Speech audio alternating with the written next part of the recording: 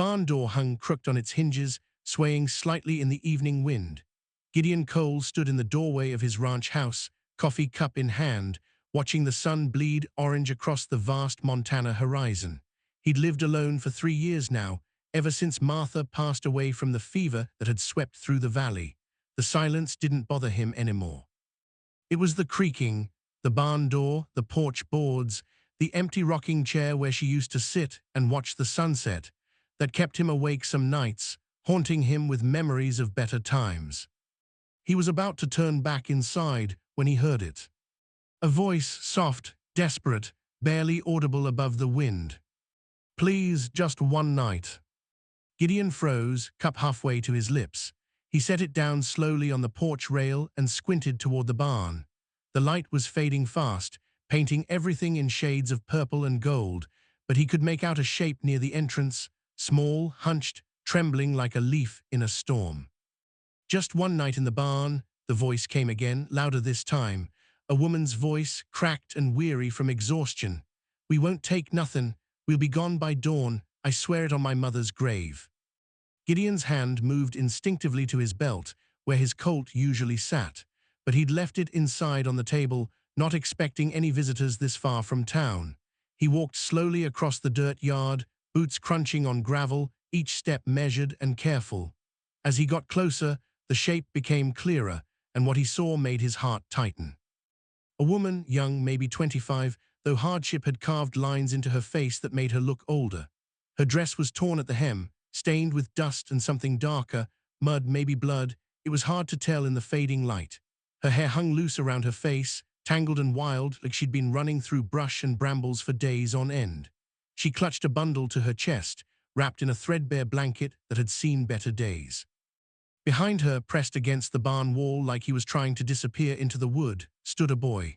No older than 7, Gideon reckoned. His eyes were wide, unblinking, like a deer caught in lantern light. Those eyes had seen things no child should ever see.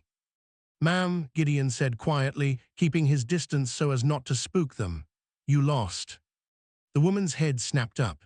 Her face was gaunt, hollowed out by exhaustion and hunger, but it was her eyes that stopped him, cold, dark, sharp, and filled with something Gideon recognized too well from looking in his own mirror. Fear and shame, and a desperate, stubborn will to survive. "We don't mean no harm," she said quickly, her voice cracking like dry timber. "We just need somewhere warm, just tonight, please. We'll sleep in the hay. You won't even know we're here. I can work. I can cook, clean, anything you need. Just please don't send us away." Gideon glanced at the boy. The child hadn't moved, hadn't spoken. His clothes were too thin for the cold nights this high in the mountains, where frost could kill a man as surely as any bullet. His hands were red and raw, chapped from the cold. His feet were wrapped in rags instead of proper boots. "Where's your husband?" Gideon asked, his voice gruff but not unkind. The woman's jaw tightened. "Ain't got one." "Where you comin' from?" She hesitated, her grip on the bundle tightening until her knuckles went white. "South. We've been walking for near 2 weeks, maybe longer. I lost count of the days." Gideon studied her face. There was something familiar about her, something that tugged at the edges of his memory like a half-forgotten dream, but he couldn't place it. He looked past her, toward the road that wound down the mountain toward civilization. No wagon, no horse, no supplies, just 2 people alone, with nothing but the clothes on their backs and the fear in their eyes. "You runnin' from something?" he asked. Her eyes flicked away, unable to meet his gaze. "Ain't everybody?" Gideon nodded slowly. He understood that answer better than most. He'd been running from his own demons for years, trying to outpace guilt and regret that followed him like shadows. He looked at the boy again. The child's lips were cracked and bleeding from thirst. His face was streaked with dirt and dried tears. He looked like a ghost, barely tethered to this world. "Barn's got holes in the roof," Gideon said, his voice rough. "Gets cold at night. Wind cuts right through like a knife. Rain comes in something fierce." The woman's face fell. She nodded, swallowing hard, already preparing herself for rejection. "I understand. We'll move on. Thank you for your time." "I wasn't finished," Gideon interrupted, and something in his tone made her freeze. He nodded toward the house, where lamplight was beginning to glow warm in the windows. Got a spare room, used to be my daughter's before she grew up and moved east to marry a banker. Beds still made, clean sheets and everything. The woman stared, him, her mouth opening slightly in disbelief. We can't. You can, Gideon said firmly, and you will. I ain't talking no for an answer. Come on before the cold sets in proper. He turned and started walking back toward the house, not looking to see if she followed. For a moment, there was only silence behind him, the wind, the creaking barn door, the distant call of a night owl. Then, slowly, he heard footsteps. The woman had taken the boy's hand and was following him toward the house, toward warmth and safety and a chance to rest. Inside, Gideon lit the oil lamps one by one and stirred the fire in the hearth until it crackled and blazed with welcoming heat. The woman stood near the door, still clutching the bundle to her chest, as if waiting for him to change his mind and cast them back into the darkness. The boy pressed himself against her side, silent as a shadow, watching everything with those two old eyes. Sit, Gideon said, gesturing to the sturdy wooden table. I'll heat some stew, made it fresh yesterday, venison and potatoes should still be good. The woman didn't sit. She just stood there, trembling despite the warmth of the fire. Gideon could see it now in the lamplight, the bruises on her wrists, faint but unmistakable, the kind that came from being grabbed hard by cruel hands, the way she flinched when he moved too quickly, like she was expecting a blow. He set the pot on the stove and turned to face her, keeping his movements slow and deliberate.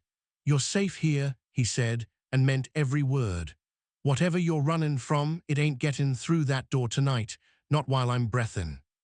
Her eyes filled with tears, but she blinked them back with the fierce pride of someone who'd learned that crying was a luxury she couldn't afford. Why, she whispered, why would you help us? You don't know us from Adam. Gideon didn't answer right away. He ladled stew into 2 bowls, the rich aroma filling the kitchen, and set them on the table with 2 hunks of fresh bread. Because somebody should have helped me once, he said quietly, staring at the steam rising from the bowls. And they didn't. I ain't gonna make that same mistake twice. The woman finally sat, lowering herself into the chair like her legs might give out at any moment. The boy climbed into the chair beside her, his small hands reaching for the bowl with desperate hunger. He ate in silence, mechanically, shoving food into his mouth as if he'd forgotten what hunger felt like and was only now remembering. Gideon watched them for a moment, something twisting in his chest. Then he turned away, not wanting them to see the emotion on his face. He poured himself a cup of strong black coffee and stood by the window, staring out into the gathering darkness. He didn't ask her name, not yet. He'd learned a long time ago that some people needed time before they could speak their truths. Pushing too hard only made them clam up tighter. But as he stood there, watching the firelight flicker across the woman's face, something nagged at him like a splinter under the skin. The curve of her jaw, the way she held herself, even in exhaustion, proud, defiant, unbowed despite everything she'd clearly suffered. He'd seen that face before. And when the memory finally surfaced, hours later as he lay in his own bed, listening to the wind howl through the valley, his blood ran cold. He knew exactly who she was. And he knew why she was running. Gideon didn't sleep that night. He lay in the dark, staring at the rough-hewn ceiling, the woman's face burning in his mind like a brand. It had taken him hours to place her, but once he did, the memory came flooding back with the force of a river breaking through ice in spring. 8 years ago, a town called Redemption Falls, 2 days south through the mountain passes. He'd been younger then, still trying to make a name for himself as a ranch hand, still believing that hard work and honest living would lead to a good life. He'd been working for a man named Holloway, a landowner with more ambition than conscience, more greed than humanity. And the woman sleeping in his daughter's room, her name was Eliza Brennan. Her father had owned a small homestead just outside Redemption Falls. Good land, the best in the valley, with water rights to the creek that fed half the county. Holloway had wanted it. Badly. He'd made offers, then threats, then promises of what would happen if Samuel Brennan didn't sell. But Samuel Brennan was a stubborn man, proud of the land his grandfather had settled, and he wouldn't budge for any amount of money or intimidation. So Holloway had done what men like him always did. He'd found a reason to take what he wanted by force.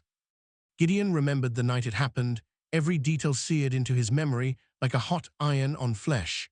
Holloway had called it a legal seizure, said Brennan owed debts he couldn't pay, said the land was forfeit under some obscure territorial law that probably didn't exist. But Gideon had been there when Holloway's men rode out that night. He'd seen the torches blazing against the darkness, heard the screams echoing across the valley. He'd been 19 years old, too young to stand up to Holloway and his army of hired guns, too scared to lose his job, his livelihood, maybe his life. So he'd stayed silent. He'd watched from a distance as the flames climbed into the night sky. He'd done nothing. And Samuel Brennan had burned with his house, crying out for mercy that never came. Eliza had been 17 then. Gideon remembered seeing her the next day, standing in the ashes of everything she'd ever known, her face blank with shock. She'd been taken in by an uncle somewhere south, or so he'd heard from the whispers around town. He hadn't thought about her since, or rather, he'd tried not to think about her, about any of it, burying the guilt deep where he hoped it would stay. Until tonight. When dawn broke, painting the sky in shades of rose and gold, Gideon rose and made breakfast. Bacon, eggs, fresh biscuits, strong coffee. He set the table quietly, trying to keep his hands steady despite the turmoil in his mind. When Eliza emerged from the bedroom, the boy trailing behind her like a shadow, she looked rested but wary, like a wild animal not yet sure if the trap had truly been sprung. "Mornin'," Gideon said, keeping his voice neutral. "Mornin'," she replied. Her voice was softer now, less desperate, but still guarded. She glanced at the food, then at him. "You didn't have to do all this." "Eat," Gideon said. "We'll talk after." They ate in silence. The boy, Gideon still didn't know his name, devoured his food with the same mechanical intensity as the night before, like a little machine designed only for survival. Eliza ate slowly, carefully, savoring each bite as if it might be her last. When they finished, Gideon poured more coffee and sat across from her. He folded his hands on the table and met her eyes directly. "Your name's Eliza Brennan," he said quietly. It wasn't a question. Her face went pale as fresh snow. The boy looked up, alarmed by the sudden tension in the room. "How do you?" she started, but Gideon raised a hand. "I was there," he said. "Redemption Falls, 8 years ago, I worked for Holloway." Eliza's expression shifted, shock, then recognition, then something darker and more dangerous. Anger, pure, righteous fury. She stood abruptly, her chair scraping against the floor like a scream. "You worked for him." "I did," Gideon said. He didn't look away, didn't try to hide from her accusation. "I was 19, needed the work to survive. I didn't know what he was planning until it was too late, until the flames were already climbing." "You didn't know." Eliza's voice was shaking now, trembling with years of suppressed rage. "You were there, you saw what he did, you saw my father." "I did," Gideon said. His voice was steady, but his eyes betrayed him, glistening with unshed tears. "And I did nothing. God help me, I did nothing." Eliza stared at him, her chest rising and falling rapidly. The boy tugged at her sleeve, frightened by this sudden transformation, but she didn't move. "Why didn't you stop him?" she whispered. "Why didn't anyone stop him?" "Because I was a coward," Gideon said simply. "I told myself I couldn't do nothing, that it wasn't my fight, that I'd lose my job, maybe my life. I told myself a lot of things to help me sleep at night. None of them were true. They were just excuses, and poor ones at that." Eliza's hands clenched into fists. "And now, why'd you help us now, to ease your guilty conscience?" Gideon looked down at his coffee, watching the steam curl upward. "Because I've spent 8 years trying to forget what I saw, and I can't. I see your father's face every time I close my eyes.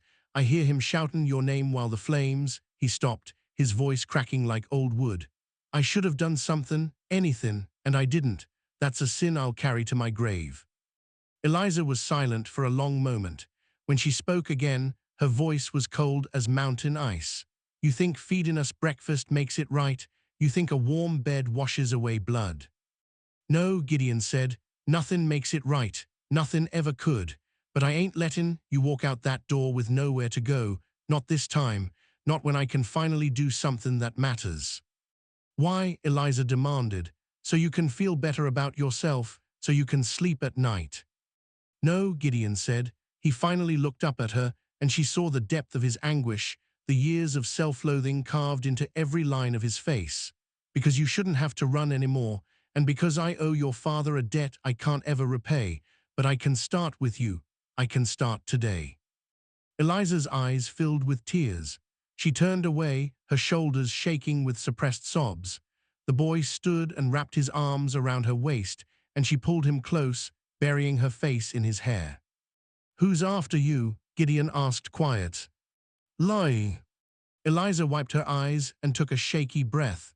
His name's Dalton, Sheriff Dalton, from Redemption Falls. Gideon's jaw tightened. He knew the name all too well. Dalton had been Holloway's right hand, his enforcer, the man who'd signed the papers that made the theft legal and the murder clean. Why's he after you? Because I testified, Eliza said bitterly. 2 months ago, a federal marshal came through, started asking questions about land seizures during the war. I told him everything, about Holloway, about Dalton, about all of it. She laughed, but there was no humor in it. Thought the law would finally do something, thought justice might actually mean something. Instead, Dalton came for me, said if I didn't leave town, I'd disappear just like my father, so I ran. Gideon stood slowly, and the boy. My son, Eliza said. His name's Samuel, after my father. Gideon looked at the boy, Samuel, and felt something twist in his chest. The child stared back at him with his mother's eyes, dark and wary and far too old. You can stay, Gideon said, long as you need, forever if that's what it takes. Dalton will come, Eliza said. He won't stop, he can't afford to, if I talk to that marshal again. Then we'll be ready, Gideon said. Eliza shook her head. You don't understand. He's got men, 12 guns or more, the law's on his side. You can't. I couldn't do nothing 8 years ago, Gideon interrupted, but I can do something now, and I will. 3 days passed in uneasy peace. Gideon worked the ranch, mending fences and tending cattle, while Eliza and Samuel stayed close to the house. She didn't trust him, not fully, maybe not ever, but she didn't leave either. Samuel followed Gideon around like a shadow, silent but curious, watching everything with those observant eyes. On the 4th morning, Gideon woke to the sound of hoofbeats echoing across the valley. He was dressed and armed before the sun crested the ridge. He stepped onto the porch and saw them, 4 riders, moving slow and deliberate up the road like they owned it. They stopped at the edge of his property, just beyond the fence line. Gideon recognized the man in front immediately. Sheriff Dalton. He was older now, grayer, heavier, but still carried himself with the same arrogant ease of a man who'd never faced consequences for his actions. He wore a tin star on his chest and a Colt on his hip. The 3 men behind him were hired guns, lean, hard-eyed killers who made their living with violence. Dalton dismounted and walked to the fence. He smiled, but it didn't reach his eyes. Gideon Cole, he called. Been a long time. Gideon didn't move from the porch, not long enough. Dalton chuckled. Heard you were living out here, quiet life, good land. He glanced at the house. You alone. That's my business. Not if you're harboring a fugitive, Dalton said, his smile fading. I'm looking for a woman, Eliza Brennan. She's wanted for questioning in connection with some legal matters. You seen her? No, Gideon said flatly. Dalton's eyes narrowed. You sure about that? I'm sure. Dalton studied him for a long moment, then shrugged. Well, if you do see her, I'd appreciate it if you let me know. She's a dangerous woman, likes to spread lies about good men who are just trying to do their jobs. Good men, Gideon repeated, like you. Dalton's jaw tightened. Careful, Cole, you don't want to make an enemy of the law. The law, Gideon said, is that what you're calling it now? One of the hired guns shifted in his saddle, his hand moving toward his weapon. Dalton raised a hand, stopping him. You've always been a smart man, Cole, Dalton said. Don't do something stupid now. I could say the same to you. Dalton stared at him, his smile completely gone. We'll be watching. If she shows up, I'll know. And if you're hidden her, he let the threat hang in the air like smoke. Well, we'll have to come back, and next time we won't be so polite. He turned and mounted his horse. The four riders wheeled around and rode off, leaving a cloud of dust in their wake. Gideon waited until they disappeared over the ridge before he stepped off the porch. His hands were shaking. Eliza appeared in the doorway, Samuel clutching her hand. Her face was white as bone. He knows, she whispered. Maybe, Gideon said, but he ain't got proof, not yet. He doesn't need proof, Eliza said. He's the law, he can do whatever he wants. Gideon looked at her. Not here, not on my land. That night, Gideon sat on the porch with his rifle across his lap. He didn't sleep. The wind howled through the valley, carrying the scent of rain and something darker. In the distance, he thought he saw campfire smoke rising against the stars. They were out there, watching, waiting. Dalton came back 2 days later. This time, there were 8 men. Gideon saw them from the porch, a line of riders moving through the rain like death itself. He stood and picked up his rifle. Eliza appeared in the doorway, Samuel behind her. Get inside, Gideon said. Lock the door, don't come out no matter what. Gideon. Go, he said. She hesitated, then nodded. She pulled Samuel inside and shut the door. Gideon heard the bolt slide into place. He stepped off the porch and walked to the fence line. Dalton dismounted, flanked by his men.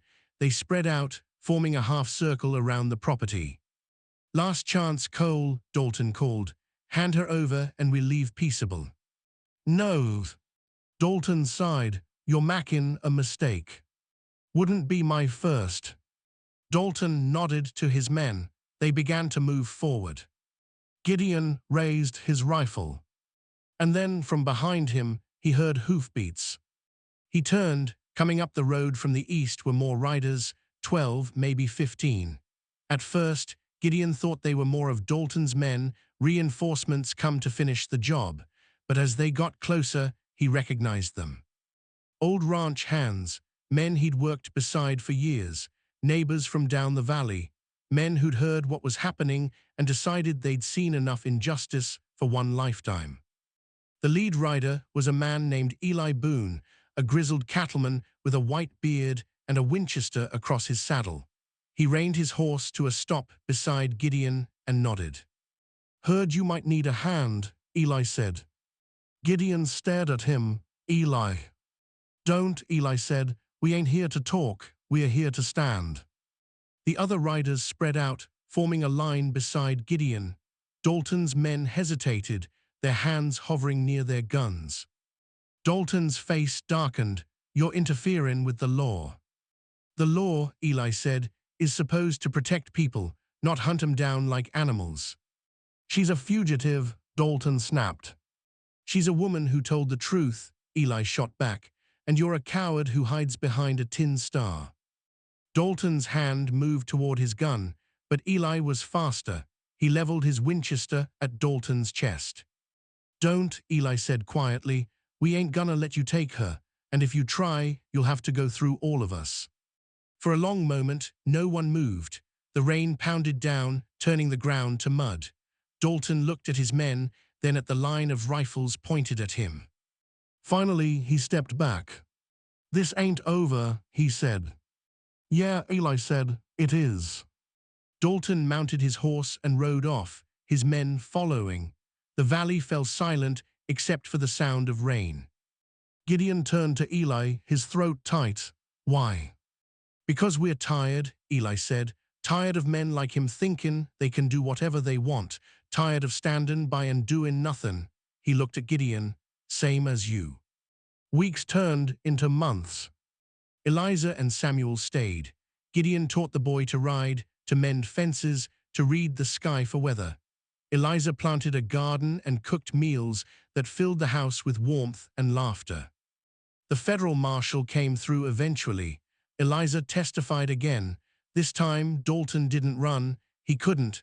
Too many people had seen, too many people had spoken up. Justice came slow, but it came. One evening, as the sun set over the valley, Gideon and Eliza stood by the fence line. Samuel ran through the grass, chasing fireflies. "I never thought I'd feel safe again," Eliza said quietly. "You are," Gideon said. "I promise." She looked at him. "You think we can stay, for good?" Gideon smiled. "I'd like that." She took his hand and squeezed it. In the distance, Samuel laughed, a sound Gideon hadn't heard before. It was light, free, unbroken by fear. And for the first time in 8 years, Gideon felt like he could breathe. The ghosts were still there, they always would be. But they didn't own him anymore.